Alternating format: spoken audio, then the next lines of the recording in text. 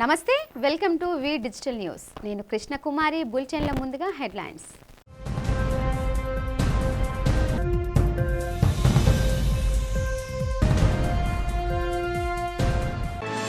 నగరంలో trade promotional council of India food manufacturing summit ను ప్రారంభించిన ముఖ్యమంత్రి చంద్రబాబు. విశాఖలో పరిశ్రమల ఏర్పాటుకు విశేష అవకాశాలు ఉన్నాయని వెల్లడి.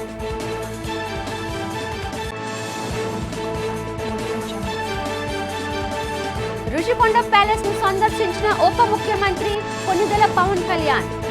భవన నిర్మాణం కోసం 454 కోట్ల ప్రజాధనాన్ని వైఎస్ జగన్ దుర్వినియోగం చేశారని ఆవేదన వ్యక్తం.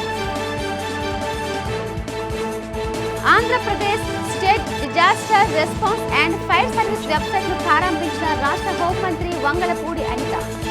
అగ్నిమాపక దళ సేవలను ప్రజలకు చేరువ చేసేందుకే ఈ వెబ్సైట్ ప్రారంభించామని స్పష్టం. విశాఖ వేదికగా మధురవాడలో జరిగిన ఐసీఏఐ జాతీయ సదస్సును ప్రారంభించి రాష్ట్రాభివృద్ధిలో యువత పాత్రపై మాట్లాడిన రాష్ట్ర మంత్రి నారా లోకేష్.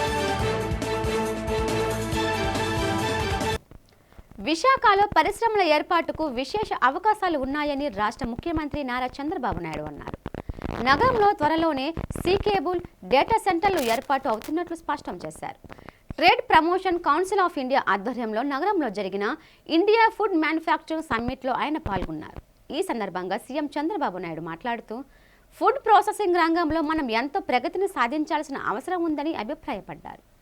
ఈ రంగంలో మన రాష్ట్రం 9% వాటాతో $50 బిలియన్ విలువ కలిగి ఉందన్నారు. ప్రస్తుతం మన రాష్ట్రం ఫ్రూట్ క్యాపిటల్ ఆఫ్ ఇండియాగా ఉందని చెప్పారు. త్వరలోనే మొత్తం ఉత్పత్తిలో 25% చేరుకుంటామన్నారు. 2.26 లక్షల హెక్టార్లో ఆక్వాకల్చర్ చేస్తూ దేశానికే మన రాష్ట్రం ఆక్వా హబ్గా నిలిచిందన్నారు. ప్రజల ఆహారపు అలవాట్లు వేగంగా మారుతున్నాయని, దీన్ని ఫుడ్ ప్రాసెసింగ్ పరిశ్రమలు అందిపుచ్చుకోవాలని సూచించారు. రాష్ట్రంలో అంతర్జాతీయ స్థాయిలో ఫుడ్ ప్రాసెసింగ్ ఎకోసిస్టమ్ ఉందన్నారు.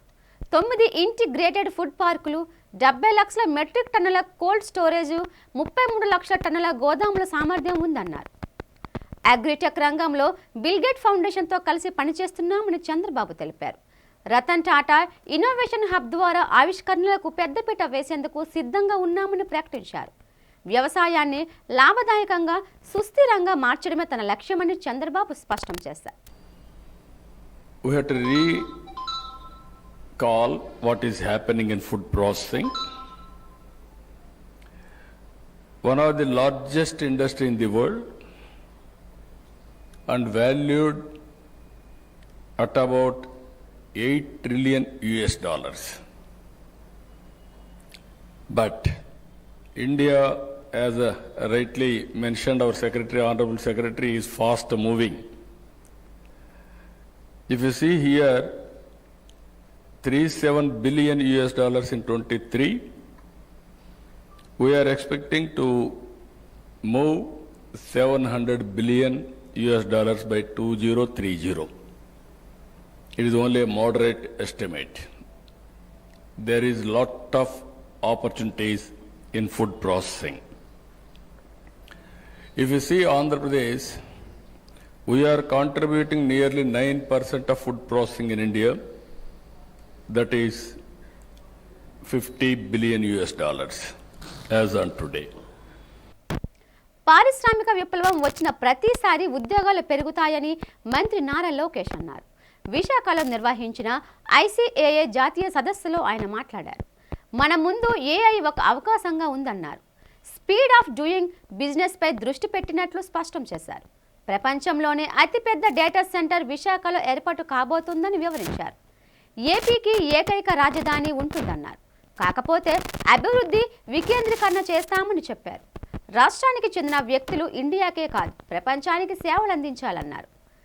ఏపీని 2047 నాటికి $2.4 ట్రిలియన్ ఆర్థిక వ్యవస్థకు చేర్చడమే లక్ష్యమన్నారు. దేశంలో ఉత్పత్తి అవుతున్న ఏసీల్లో 50% ఏపీ నుంచే తయారవుతున్నాయని చెప్పారు. ఉత్తరాంధ్ర అద్భుతంగా అభివృద్ధి చెందుతోందన్నారు. అన్ని రంగాల్లో ఏపీని ప్రథమ స్థానంలో ఉంచాలనే లక్ష్యంతో ఉన్నామని స్పష్టం చేశారు. ఈ కార్యక్రమంలో స్థానిక ఎమ్మెల్యే గంటా శ్రీనివాసరావు తదితరులు పాల్గొన్నారు. And there are always two sides of a coin. to every industrial revolution. One side of the coin is the fear of losing jobs. The other side of the coin is every industrial revolution has created more jobs than it has replaced. Countries that have embraced industrial revolution have always benefited out of it. India is a great beneficiary of the IT revolution. That is where we were able to jump the entire manufacturing revolution and go straight to services. Today that opportunity is again in front of us in AI. And as a state and as a nation, we should embrace AI and take things forward. AI is here. AI is going to transform the sectors that we are all working in. As a political party, we have actually deployed AI on our entire database. We are running AI algorithms on our library, digital library, where we want to give access to our leaders, where including press notes with proper references, with proper data sets, they'll be able to generate and give it out to the media. And also when we are having any discussions in the assembly, we want to enable them to have a meaningful debate and discussion using AI as a tool. రాష్ట్ర ఉప ముఖ్యమంత్రి Konidela Pawan Kalyan Rushikonda palace ను సందర్శించారు. రాష్ట్ర మంత్రులు కందుల దుర్గేష్, నాదెండ్ల మనోహర్, ఎమ్మెల్యేలు ఇతర అధికారులతో కలిసి ప్యాలెస్ ను కలియతిరిగారు. వైఎస్ జగన్ సర్కార్ వందల కోట్ల ప్రజాధనాన్ని వెచ్చించి నిర్మించిన ప్యాలెస్ నిరుపయోగంగా మారిందని డిప్యూటీ సీఎం ఆవేదన వ్యక్తం చేశారు. ప్యాలెస్లోని గదులను అన్నింటినీ పరిశీలించిన అనంతరం పవన్ కళ్యాణ్ మీడియాతో మాట్లాడారు. 454 కోట్ల రూపాయల ప్రజాధనంతో నిర్మించిన ప్యాలెస్ నిరుపయోగంగా ఉందన్నారు. ఆనాటి సీఎం తన నివాసానికి అనుకూలంగా దీనిని నిర్మించడంతో ఈ ప్యాలెస్ను ఎలా వినియోగించాలో అంతుపట్టడం లేదన్నారు. 6 కోట్ల రూపాయలకు పైగా ఆదాయం వచ్చే పర్యాటక శాఖ రిసార్ట్స్ను కూల్చి ప్యాలెస్లోని లైట్లు ఆన్ చేసి ఆఫ్ చేసేందుకు ఏడాదికి 1 కోటి రూపాయల విద్యుత్ బిల్లు చెల్లించాల్సి వస్తోందన్నారు. ఈ ప్యాలెస్ వలన ఆదాయం రాకపోగా ప్రభుత్వంపై అదనపు ఆర్థిక భారం పడుతోందని పవన్ కళ్యాణ్ తెలిపారు. పచ్చదనంతో ఉండే కొండను త్రవ్వి 8.5 లక్షల క్యూబిక్ మీటర్ల మట్టిని ఆనాటి సర్కార్లోని నాయకులు అమ్ముకున్నారని ఆరోపించారు. ప్యాలెస్ ఆఫ్ సీలింగ్ ఊడిపడుతోందని, పై కప్పుల లోపాల వలన వర్షం నీరు కిందకు దిగుతోందని చెప్పారు. మరమ్మతులు చేపట్టకపోతే మొత్తం ప్యాలెస్ సీలింగ్ దెబ్బతినే అవకాశం ఉందన్నారు. లాస్ట్ 1 ఇయర్గా బయటకు వచ్చాం, లోపల తిరిగాం. అంటే ఎంత ఖర్చు పెట్టారు, ఎన్ని బాత్రూమ్లు పెట్టారు, ఎంత ఖరీదు పెట్టారు, ఇవన్నీ మనందరికీ తెలుస్తుంది. అంటే ఎంటైర్ ఇండియన్ పబ్లిక్కి కూడా వెళ్ళింది ఇది మేజర్లీ. ఇప్పుడు దాని మీద ఇంకా మనం ఎన్ని మాట్లాడుకొని రిషికొండ ప్యాలెస్ ఏంటంటే purely it's absolute life. Very simple in short చెప్పాలంటే 164 కోట్లతోటి 2 ఫేజులు చొప్పున ఇది redevelopment of the existing resort అని స్టార్ట్ చేసి దాన్ని మొత్తం కూలగొట్టి 8.48 లక్షల క్యూబిక్ మీటర్ల మట్టిని తీసేసి అది దాంట్లో కూడా డబ్బులు చేసుకున్నారు. అది ఇంక మనం అది పట్టుకోలేము. అది different parts of tourism place చేసి ఎక్కడ మట్టి అది అమ్మేసుకున్నారు. అది సో ఇంకా అది అదొక సపరేట్ ఇది దాదాపు అది ఎంత వర్త్ ఉంటుందో నాకు తెలియదు. అది దాని మీద ఒక అసెస్మెంట్ జరగాలి.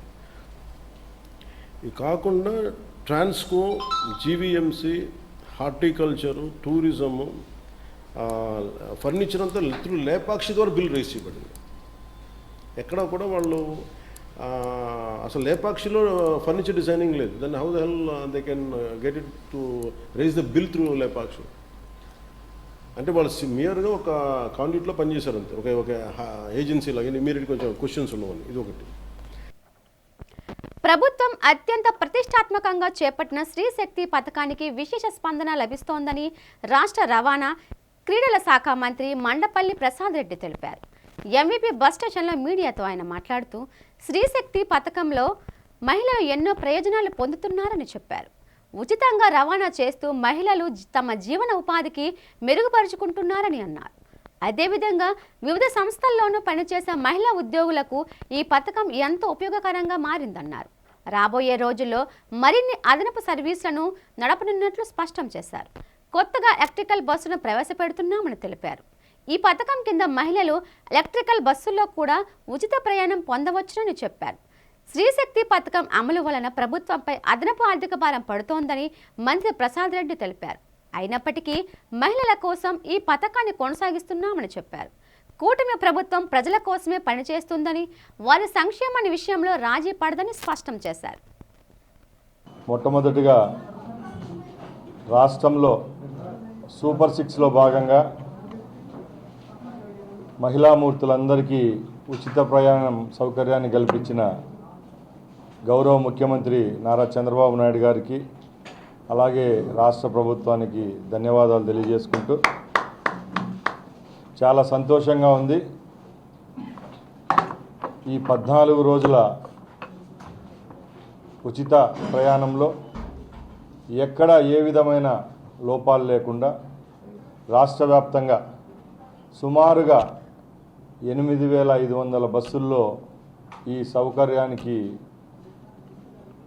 ఉపయోగపడుతున్న సిబ్బందికి అలాగే ఏపీఎస్ఆర్టీసీ యాజమాన్యానికి నా తరపున శుభాకాంక్షలు తెలియజేసుకుంటున్నా. ముఖ్యంగా మీ అందరికీ తెలుసు, కూటమి ప్రభుత్వం ఏర్పాటైన తర్వాత సూపర్ 6లో ఏవైతే హామీలు ఉన్నాయో ఒక్కొక్కటిగా ఈ రాష్ట్ర ప్రజలకు చేరువ చేస్తున్నాం. దానిలో భాగంగానే ఎక్కువ బెనిఫిషరీస్ ఉన్న పథకం ఏదైనా ఉందంటే మహిళలకు ఉచిత ప్రయాణం, అదే స్త్రీశక్తి. ప్రజలు ఆన్లైన్ ద్వారా ఫైర్ విభాగం నుండి పలు ఎన్ఓసి సర్టిఫికేట్లు పొందడం ఇకపై ఎంతో సులభతరం అవుతుందని రాష్ట్ర హోంమంత్రి వంగలపూడి అనిత తెలిపారు. Andhra Pradesh state disaster response and fire services department వెబ్సైట్ను హోంమంత్రి అనిత తన క్యాంపు కార్యాలయంలో ప్రారంభించారు. ఆన్లైన్ ఫైర్ ఎన్ఓసి పోర్టల్ను కూడా ఆమె ప్రారంభించారు. ప్రజలు ప్రొవిజనల్, ఆక్యుపెన్సీ, రెన్యువల్, ఎన్ఓసీల కోసం ప్రభుత్వ కార్యాలయాల చుట్టూ ఇకపై తిరగనవసరం లేదన్నారు. ఆన్లైన్ ద్వారా తీసుకోవచ్చని తెలిపారు. ఈ పోర్టల్తో ప్రజలు ఎన్నో ప్రయోజనాలు పొందుతారని హోంమంత్రి అనిత అన్నారు. ఈ సౌకర్యాన్ని ప్రజలకు అందుబాటులోకి తీసుకువచ్చిన ఫైర్ సర్వీసెస్ అధికారులను ఆమె అభినందించారు. ఈ కార్యక్రమంలో Visakhapatnam regional fire officer Niranjan Reddy పాల్గొన్నారు. సింహాద్రి పర్వతంపై వెలసి ఉన్న శ్రీ శ్రీ వరాహ లక్ష్మీ నరసింహస్వామి వారిని శుక్రవారం దేశ ప్రఖ్యాత శాస్త్రవేత్త, రక్షణ రంగంలో విశిష్ట సేవలు అందించిన డాక్టర్ జి సతీష్ రెడ్డి స్వామివారిని దర్శించుకున్నారు. డాక్టర్ జి సతీష్ రెడ్డి గారు డిఆర్డీఓ మాజీ చైర్మన్, రక్షణ శాఖ మాజీ కార్యదర్శి, రక్షా మంత్రికి శాస్త్రీయ సలహాదారు, ఏఈఎస్ఐ అధ్యక్షుడు, జాతీయ భద్రతా సలహా బోర్డు సభ్యుడు మాత్రమే కాకుండా ప్రస్తుతం ఆంధ్రప్రదేశ్ ప్రభుత్వ గౌరవ సలహాదారుగా వ్యవహరిస్తున్నారు. ఈయనకు ఆలయ సహాయ కార్యనిర్వహణ అధికారి కె తిరుమలేశ్వర స్వాగతం పలికి ఆలయ ఆచార సాంప్రదాయాల ప్రకారం దర్శనానికి ఏర్పాట్లు చేశారు. ముందుగా ఆయన స్వామివారి కప్ప స్తంభాన్ని ఆలింగనం చేసుకుని అనంతరం శ్రీ స్వామివారిని దర్శించుకున్నారు. వేద పండితులు ఆయనకు వేద ఆశీర్వచనం అందచేసి ఆలయ వర్గాల తరపున శేష వస్త్రం మరియు ప్రసాదాలు సత్కారంగా సమర్పించారు. ఈ సందర్భంలో ఆలయ పర్యవేక్షణ అధికారి బరువు సత్య శ్రీనివాస్, దేవస్థానం పిఆర్ఓ నాయుడు తదితరులు పాల్గొన్నారు. సింహాద్రి నాథుని దివ్య దర్శనం అనంతరం డాక్టర్ సతీష్ రెడ్డి అత్యంత ఆనందభరితులయ్యారు. దేశ రక్షణ రంగంలో శాస్త్రీయ ప్రగతికి సింహాద్రినాథుని కటాక్షం ఎల్లప్పుడూ ఉండాలని ఆకాంక్షించారు. పశ్చిమ నియోజకవర్గం 90వ వార్డు విమాన నగర్లోని ఎన్టీఆర్ విగ్రహాన్ని ఎంపీ శ్రీ భరత్, ఎమ్మెల్యే గణబాబు ఆవిష్కరించారు. ఈ సందర్భంగా శ్రీ భరత్ మాట్లాడుతూ తెలుగు జాతి యుగ పురుషుడు డాక్టర్ నందమూరి తారక రామారావు విగ్రహాన్ని ఆవిష్కరించడం శుభ పరిణామమన్నారు. రాష్ట్రంలో కూటమి ప్రభుత్వం ఏర్పడ్డాక ఎన్నో సంక్షేమ అభివృద్ధి పథకాలు ముఖ్యమంత్రి నారా చంద్రబాబు నాయుడు అమలు చేస్తున్నారని తెలిపారు. గణబాబు మాట్లాడుతూ ఈ ప్రాంతంలో తెలుగుదేశం పార్టీ ద్వారా అనేక అభివృద్ధి కార్యక్రమాలు చేశామన్నారు. రానున్న రోజుల్లో అపరిష్కృత సమస్యలను కూడా పరిష్కరిస్తామని హామీ ఇచ్చారు. ఈ కార్యక్రమంలో పెద్ద ఎత్తున కార్యకర్తలు, నాయకులు తదితరులు పాల్గొన్నారు.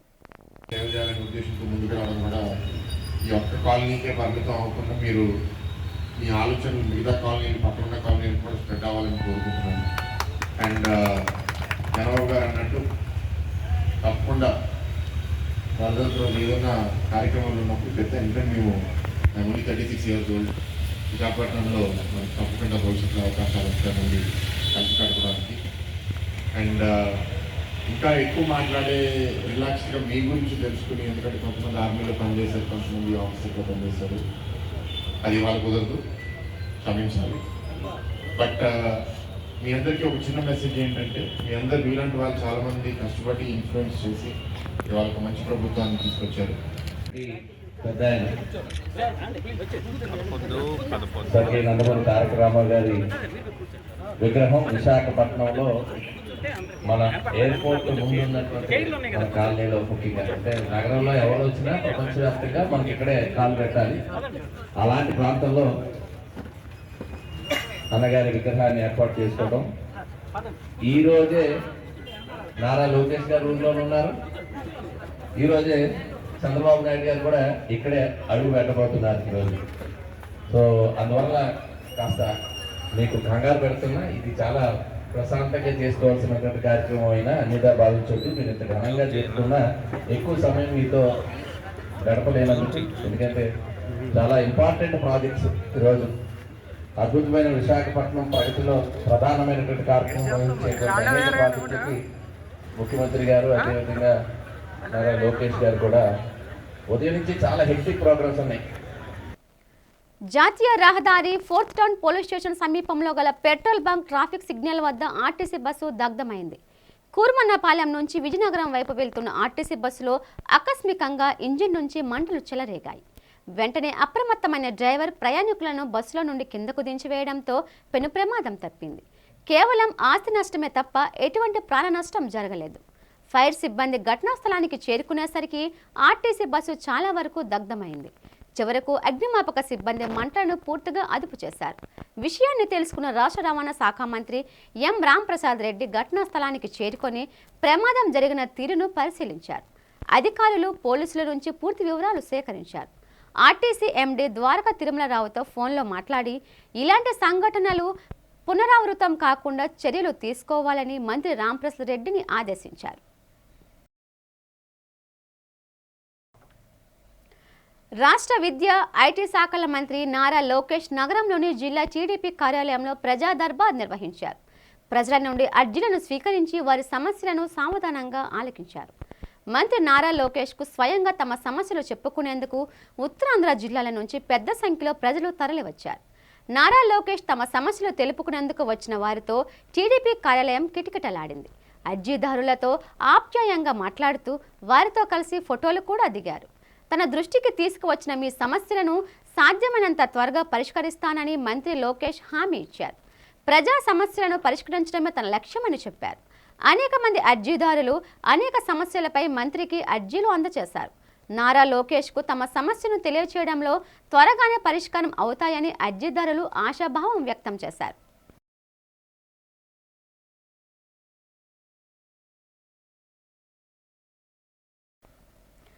మహిళల భద్రతలో దేశంలో మహావిశాఖ నగరం అత్యంత సురక్షితమైన నగరాల్లో ఒకటిగా నిలిచిందని నగర police commissioner doctor Shankhabrata Bakshi తెలిపారు. పోలీస్ కమిషనరేట్లోని సమావేశ మందిరంలో జరిగిన మీడియా సమావేశంలో ఆయన మాట్లాడారు. జాతీయ వార్షిక నివేదిక మహిళా భద్రత 2025 సూచిక ప్రకారం ముంబై, కోహిమా, గ్యాంగ్టక్, భువనేశ్వర్, ఐజ్వాల్, ఇటానగర్లతో పాటు మన నగరం అత్యంత సురక్షితమైన నగరంలో ఒకటిగా పరిగణించబడిందన్నారు. దక్షిణాన విశాఖ నగరం ఒక్కటే మహిళలకు అత్యంత సురక్షితమైన నగరంగా గుర్తింపు సాధించిందని చెప్పారు. అన్ని ప్రాంతాల్లోనూ 4-వీలర్, 2-వీలర్ పెట్రోలింగ్తో పాటు UAV డ్రోన్ల ద్వారా నిరంతర పర్యవేక్షణ జరుగుతోందని చెప్పారు. నగరం అంతటా సీసీ కెమెరాలను ఏర్పాటు చేశామని పోలీస్ కమిషనర్ శంకబ్రత బాక్షి అన్నారు. తాను 24 గంటలు కూడా ప్రజలకు అందుబాటులో ఉంటానని, తమకు ఏ సహాయం కావాలన్నా ప్రజలు తనను సంప్రదించాలని కోరారు. నేరుగా లేదా తనకు ఫోన్ చేసి సమస్యను చెబితే పరిష్కరిస్తానని నగర ప్రజలకు భరోసా ఇచ్చారు. ఈ మీడియా సమావేశంలో నగర పోలీస్ ఉన్నత అధికారులు పాల్గొన్నారు. బీట్ సర్వీస్, షీ టీమ్స్, తర్వాత పోలీస్ స్టేషన్ వెళ్ళిన తర్వాత కూడా లేడీస్ అక్కడ న్యాయం జరగకపోతే అక్కడ నుండి నాకు కాల్ చేస్తే కూడా నేను కన్సర్న్ ఇన్స్పెక్టర్, సబ్ ఇన్స్పెక్టర్కి చెప్పి వాళ్ళకు న్యాయం జరిగేటట్టు చేస్తున్నాం. మన దగ్గర దిశ పోలీస్ స్టేషన్లో విమెన్స్ లేడీస్కి మంచి హెల్ప్ దొరుకుతుంది. దిశ యాప్ ద్వారా కూడా వాళ్ళు హెల్ప్ తీసుకుంటున్నారండి. షీ టీమ్స్ కూడా బాగా పనిచేస్తున్నారండి. అండ్ శక్తి టీమ్స్ బాగా పనిచేస్తున్నారండి. శక్తి యాప్ కూడా బాగా ఇక్కడ పాపులర్ అయింది. సో ఈ అన్ని ఇనిషియేటివ్స్ తీసుకోవడం వల్ల వైజాగ్ సౌత్ ఇండియాలో విమెన్ సేఫ్టీలో నంబర్ 1 అండ్ ఇండియాలో among the safest cities for women in India అని పబ్లిక్ సెలెక్ట్ చేశారండి. సో ఇది మన వైజాగ్ సిటీకి గర్వకారణం. మనం ఇదే మాదిరిగా Vizag city should be remain the safest city for women in the times to come. So ఈ సందర్భంగా నేను వైజాగ్ పౌరులందరికీ థ్యాంక్స్ చెప్తున్నాను, ఎందుకంటే వాళ్ళ కోఆపరేషన్ కోఆర్డినేషన్తోనే ఇది సాధ్యమైంది. And we expect the same cooperation and coordination from the public in the days to come. ఈ సందర్భంగా ఒక ప్రెస్ రిలీజ్ కూడా తయారు చేశాము. CM Nara Chandrababu Naidu, deputy CM Pawan Kalyan, రాష్ట్ర ఐటీ విద్యాశాఖ మంత్రి నారా లోకేష్ నేతృత్వంలో ఉత్తరాంధ్ర అభివృద్ధి పరుగులు పెడుతోందని ఉత్తరాంధ్ర రాష్ట్రీయ సమితి వ్యవస్థాపక అధ్యక్షులు రాజుగౌడ్ తెలిపారు. విజేఎఫ్ ప్రెస్ క్లబ్లో జరిగిన మీడియా సమావేశంలో ఆయన మాట్లాడుతూ, కూటమి ప్రభుత్వం రాష్ట్రంలో అధికారం చేపట్టిన నాటి నుండి ఉత్తరాంధ్రలో అభివృద్ధి జోరుగా జరుగుతోందని అన్నారు. విశాఖ డేటా సెంటర్లకు అడ్డాగా మారనున్నదని అన్నారు. 50,000 కోట్లకు పైగా పెట్టుబడులతో గూగుల్ డేటా సెంటర్ ఏర్పాటు కాబోతోందని చెప్పారు. ఇప్పటికే 14,634 కోట్లతో అదాని, సిఫీ టెక్నాలజీస్ 16,466 కోట్లతో డేటా సెంటర్ల ఏర్పాటుపై ప్రభుత్వం ఒప్పందం చేసుకున్నాయని గుర్తు చేశారు. రాబోయే రోజుల్లో వేలాది మంది నిరుద్యోగులకు ఉపాధి అవకాశాలు లభిస్తాయని రాజుగౌడ్ తెలిపారు. మెగా డిఎస్సి నిర్వహించి ఎందరికో ప్రభుత్వ ఉద్యోగాలు కల్పించిన ఘనత కూటమి ప్రభుత్వానికే దక్కుతుందన్నారు. ఈ మీడియా సమావేశంలో బీసీ సంఘం దక్షిణ అధ్యక్షులు ఎం సత్యనారాయణ, శెట్టి బలిజ సంఘం అధ్యక్షులు మేడిశెట్టి రమణ, 39వ వార్డు జనసేన సీనియర్ నాయకులు పోలవరపు వాసు, దొడ్డి రాజు తదితరులు పాల్గొన్నారు. ఉత్తరాంధ్ర అభివృద్ధి, ఉత్తరాంధ్ర వెనుకబాటుని జయించి ఉత్తరాంధ్ర అభివృద్ధి చెందుతుందంటే దానికి ముఖ్య కారణం కూటమి ప్రభుత్వం, మన ముఖ్యమంత్రి వర్యులు నారా చంద్రబాబు నాయుడు గారు, ఉప ముఖ్యమంత్రి వర్యులు పవన్ కళ్యాణ్ గారు, ఐటీ శాఖ మంత్రి లోకేష్ గారు. ఈరోజు ఉత్తరాంధ్ర వలసలు పోతూ ఉద్యోగాలు లేక నిరుద్యోగ యువత అల్లాడుతున్న సమయంలో అనేక గవర్నమెంట్ పోస్టులు తీసి ఈరోజు నిరుద్యోగ యువతకి అవకాశం కల్పించారు. అదేవిధంగా విశాఖపట్నంలో ఈరోజు గూగుల్ డేటా సెంటర్ 50,000 కోట్ల పైచిలకు నిధులతో వస్తుంది. ఇంతకు ముందు అదాని డేటా సెంటర్ 14,000 పైచిలకు కోట్లతో వచ్చింది. సిఫీ డేటా సెంటర్ కూడా 16,000 కోట్లతో మొత్తం 81,000 కోట్ల రూపాయలు పెట్టుబడులు ఈరోజు విశాఖ నగరానికి వచ్చాయంటే ఇక్కడున్న నిరుద్యోగ యువతకి ఎన్నో ఉపాధి అవకాశాలు కలగబోతున్నాయి. దీనికి మేము ఈ చొరవ తీసుకున్న నారా లోకేష్ గారికి, ఉత్తరాంధ్ర ప్రాంతం నుంచి పవన్ కళ్యాణ్ గారికి, ముఖ్యమంత్రి గారికి జీవితాంతం రుణపడి ఉంటామని తెలియజేసుకుంటూ, మన యొక్క కూటమి ప్రభుత్వం ఏర్పడిన తర్వాత ఎంతో అభివృద్ధిని సాధించింది. అదేవిధంగా ఈరోజు 81,000 కోట్లతోని ఐటీ హబ్బులు కానీ, ఐటీకి సంబంధించిన కొన్ని కంపెనీస్ కానీ మన కూటమి ప్రభుత్వం,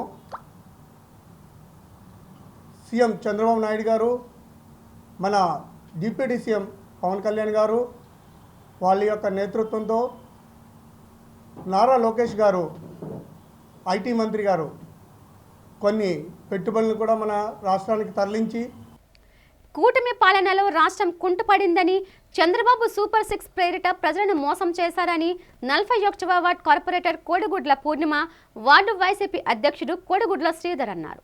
వైసీపీ అధినేత మాజీ ముఖ్యమంత్రి జగన్ పిలుపుతో రాష్ట్ర వ్యాప్తంగా చేపట్టిన బాబు షూరిటీ మోసం గ్యారంటీ కార్యక్రమం దక్షిణ ఇన్ఛార్జ్ వాసుపల్లి గణేష్ కుమార్ ఆదేశాలతో వార్డు పరిధిలో చేపట్టారు. ఈ సందర్భంగా వారు ఇంటింటికి వెళ్లి కూటమి చేస్తున్న మోసాలను వివరించారు. అనంతరం కోడిగుడ్ల పూర్ణిమ మాట్లాడుతూ, ఉచిత బస్సు అంటూ అరకొర బస్సులు నడపడంపై మండిపడ్డారు.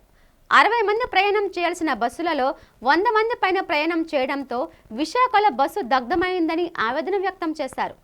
ఉచిత బస్సు ప్రకటించినప్పుడు మహిళల భద్రతను కూడా ప్రామాణికం తీసుకోవాలని, కూటమి ప్రభుత్వానికి అది పట్టడం లేదన్నారు. కోడిగుడ్ల శ్రీధర్ మాట్లాడుతూ, ప్రజా సంక్షేమం, సుపరిపాలన జగన్తోనే సాధ్యమన్నారు. కూటమిని గెలిపించి తప్పు చేశామని ప్రజలు బాధపడుతున్నారన్నారు. ప్రజారంజక పాలన కోసం వచ్చే ఎన్నికల్లో అత్యధిక సీట్లతో వైసీపీని గెలిపించుకోవడానికి ప్రజలు సిద్ధంగా ఉన్నారని పేర్కొన్నారు. ఈ కార్యక్రమంలో స్థానిక నాయకులు వెలంగినీరావు, కుమార్ తదితరులు పాల్గొన్నారు. మరి ఈరోజు రెండో రోజు బాబు షూరిటీ మోసం గ్యారంటీ అనే ప్రోగ్రాం మీద ఈరోజు రెండో రోజు వార్డునంతా కూడా మరి డోర్ టు డోర్ వెళ్ళడం జరిగింది.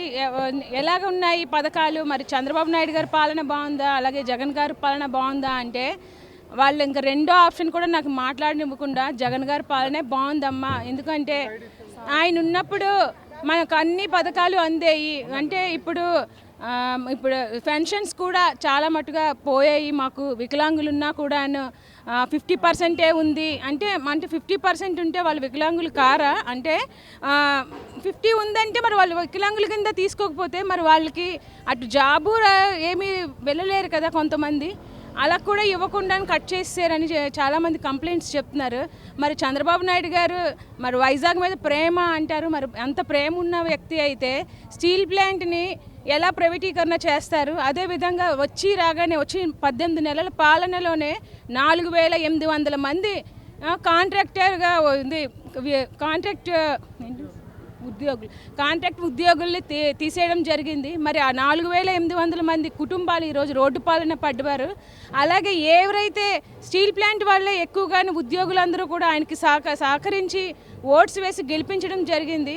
కానీ వాళ్ళందరికీ కూడా ఆయన చుక్కలు చూపించి మొత్తం అందరికీ కూడా వాలంటరీ రిటైర్మెంట్ ఇచ్చే విధంగా చర్యలు తీసుకుంటూ మరి వాళ్ళ ఉద్యోగాలను తీసేయడం జరిగింది. ఈరోజు ప్రైవేటీకరణ కానీ జరిగిందంటే నిజంగా వైజాగ్లో ఉండే వాళ్ళ ప్రజలందరూ ఏం కావాలి అంటే తక్కువ రేటుకి అంటే తక్కువ కూలీకి వస్తున్న పక్క రాష్ట్రం నుంచి మనుషుల్ని తీసుకుంటే మరి ఇక్కడ వాళ్ళు ఏమైపోవాలి? మరి ఇక్కడ వాళ్ళు ఎటువైపు వెళ్ళాలి పనుల కోసం? మరి ఇదేనా ప్రేమ? వైజాగ్ అంటే ప్రేమ? మరి వీటన్నిటి మీద కూడా ప్రజలందరూ కూడాను చాలా నిరుత్సాహంగా ఉన్నారు. మరి ఈ 18 నెలల్లోని ఇలా డోర్ టు డోర్ వస్తున్నాను అంటే నాకు నిజంగానే అపోజిషన్గా చూడట్లేదు ఎవరు కూడాను. మా పార్టీ, మా వైఎస్ఆర్ పార్టీ రూలింగ్ ఎలా ఉంటే ఎలా స్వాగతిస్తారో జనాలు ఈరోజు అందరూ కూడా మమ్మల్ని అలాగే స్వాగతించడం జరిగింది. దాదాపు 5-6 రోజుల నుంచి స్టూడెంట్స్, లేడీస్ అందరూ వార్డు తిరుగుతున్నారు. మేము ఫైనల్ స్టేజ్కి వచ్చాం బట్టికి ఈరోజు మేమంతా దగ్గరుండి మళ్ళీ ఇంకోసారి వార్డులో పర్యటించాలని అనుకున్నాం, పర్యటిస్తున్నాం. ప్రతి ఒక్కరు సానుకూలంగా స్పందిస్తున్నారు. ప్రతి ఒక్కరు మెయిన్ కరెంటు బిల్లు గురించి చెప్తున్నారు. కరెంటు పెంచి ఫెన్షన్ ఆపేస్తున్నారండి, ఇంతకుముందు హ్యాపీగా ఉండేది, ప్రతి పథకం మా ఇంట్లో వచ్చేది, పిల్లలు డిగ్రీలు చదువుకున్నారంటే జగన్మోహన్ రెడ్డి వల్ల. ఈరోజు జగన్మోహన్ రెడ్డి ఒక అన్నదమ్ముల్లాగా ఇంట్లో పిల్లలందరూ చదువుకున్నారు. ఒక స్టూడెంట్ ఇప్పుడు మాట్లాడాను, స్టూడెంట్ చెప్పింది జగన్మోహన్ రెడ్డి గారే మొత్తం ఫీజు, ఎంత ఫీజు అయితే అంత 4 years ఆయనే పే చేశారు. విశాఖ స్టీల్ ప్లాంట్ను సెయిల్లో విలీనం చేయాలని, లూలుకు భూ కేటాయింపులు రద్దు చేయాలంటూ సిపిఎం విశాఖ జిల్లా కార్యదర్శి ఎం జగ్గునాయుడు డిమాండ్ చేశారు. అదాని విద్యుత్ స్మార్ట్ మీటర్లు పెంచిన విద్యుత్ ఛార్జీలను రద్దు చేయాల్సిందేనని అన్నారు. వామపక్ష పార్టీల ఆధ్వర్యంలో జీవీఎంసీ ఎదురుగా ఉన్న గాంధీ విగ్రహం వద్ద నిరసన కార్యక్రమం జరిగింది. ఈ సందర్భంగా జగ్గునాయుడు మాట్లాడుతూ విశాఖ స్టీల్ ప్లాంట్ ప్రైవేటీకరణను కేంద్రం విరమించుకొని సొంత గనులు కేటాయించాలన్నారు. తొలగించిన 5,000 మంది కాంట్రాక్ట్ కార్మికులను తిరిగి విధుల్లోకి తీసుకోవాలని డిమాండ్ చేశారు. ఎంతో విలువైన భూములను లూలు కార్పొరేట్ సంస్థకు కేటాయించడం పట్ల ఆగ్రహం వ్యక్తం చేశారు. ఆ సంస్థకు కేటాయించిన భూములను రద్దు చేయాలన్నారు. తమ డిమాండ్ల పట్ల రాష్ట్రంలోని కూటమి ప్రభుత్వం స్పందించాలన్నారు. లేని పక్షంలో ప్రజలను భాగస్వామ్యం చేసి భారీ ఎత్తున ఆందోళన కార్యక్రమాలు చేస్తామని జగ్గునాయుడు హెచ్చరించారు. ముఖ్యమంత్రి చంద్రబాబు గారు, ఉప ముఖ్యమంత్రి పవన్ కళ్యాణ్ గారు, ఐటీ శాఖ మంత్రి నారా లోకేష్ గారు విశాఖపట్నంలో ఉన్నారు. ఈ కూటమి నాయకులు ఎన్నికల ముందు విశాఖపట్నానికి కొన్ని ముఖ్యమైనటువంటి హామీలు ఇచ్చారు. ఈ హామీల్లో 4 ముఖ్యమైనటువంటి హామీల విషయంలో ముఖ్యమంత్రి, ఉప ముఖ్యమంత్రి ఈరోజు వెంటనే ప్రకటన చేయాలని చెప్పి డిమాండ్ చేస్తూ వామపక్ష పార్టీలుగా ఈరోజు మీ కార్యక్రమాన్ని చేపడతా ఉన్నాం. మొదటిది, వైజాగ్ స్టీల్ ప్లాంట్ని ప్రభుత్వ రంగంలో కాపాడుతాం, దాని లాభాలు బాటు పట్టిస్తామని చెప్పన్నారు. 5 ఏళ్ళు అవుతూ ఉంది, మీరు అధికారం చేపట్టి 2వ సంవత్సరం నడుస్తూ ఉంది. ప్రైవేటీకరణ ఆగలేదు కదా, దీన్ని 46 విభాగాలుగా ముక్కలు చేసి ఈఓఐ పేరు మీద ప్రైవేట్ వ్యక్తులు కట్టబెట్టే దానికోసం కేంద్రంలో మోడీ ప్రభుత్వం ఒడిగట్టింది. దీన్ని మీరు ఆపుతారా లేదా? ఆపుతామని చెప్పని ఈరోజు ప్రకటన చేయాలని చెప్పి డిమాండ్ చేస్తున్నాం. మేము ఉద్యోగ అవకాశాలు పెంచుతామని చెప్పి అన్నారు. ఈరోజు ఉన్న ఉద్యోగాలని స్టీల్ ప్లాంట్లో 5,000 మంది కాంట్రాక్ట్ కార్మికులు తొలగించారు. ఏమంటే మనుషులు ఎక్కువ మంది అయిపోయినట్టున్నారు. మనుషులు ఎక్కువ మంది అయిపోతే మరి బీహార్ నుంచి, యూపీ నుంచి, జార్ఖండ్ నుంచి, ఇతర రాష్ట్రాల నుంచి ఎందుకని కాంట్రాక్ట్ తీసుకొచ్చి జాయిన్ చేస్తున్నారు? వార్తలు ముగించే ముందు ముఖ్యాంశాలు మరోసారి.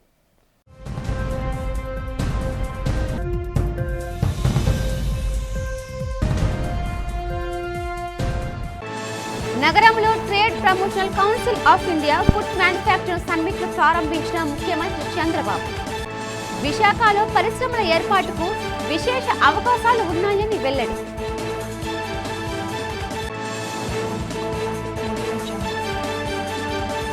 రుషికొండ ప్యాలెస్ ను సందర్శించిన ఉప ముఖ్యమంత్రి కొణిదెల పవన్ కళ్యాణ్. భవన నిర్మాణం కోసం 454 కోట్ల ప్రజాధనాన్ని వైఎస్ జగన్ దుర్వినియోగం చేశారని ఆవేదన వ్యక్తం. Andhra Pradesh state disaster response and fire service website ను ప్రారంభించిన రాష్ట్ర హోంమంత్రి వంగలపూడి అనిత. అగ్నిమాపక దళ సేవలను ప్రజలకు చేరువ చేసేందుకే ఈ వెబ్సైట్ ప్రారంభించామని స్పష్టం. విశాఖ వేదికగా మధురవాడలో జరిగిన ICAI జాతీయ సదస్సును ప్రారంభించి రాష్ట్రాభివృద్ధిలో యువత పాత్రపై మాట్లాడిన రాష్ట్ర మంత్రి నారా లోకేష్.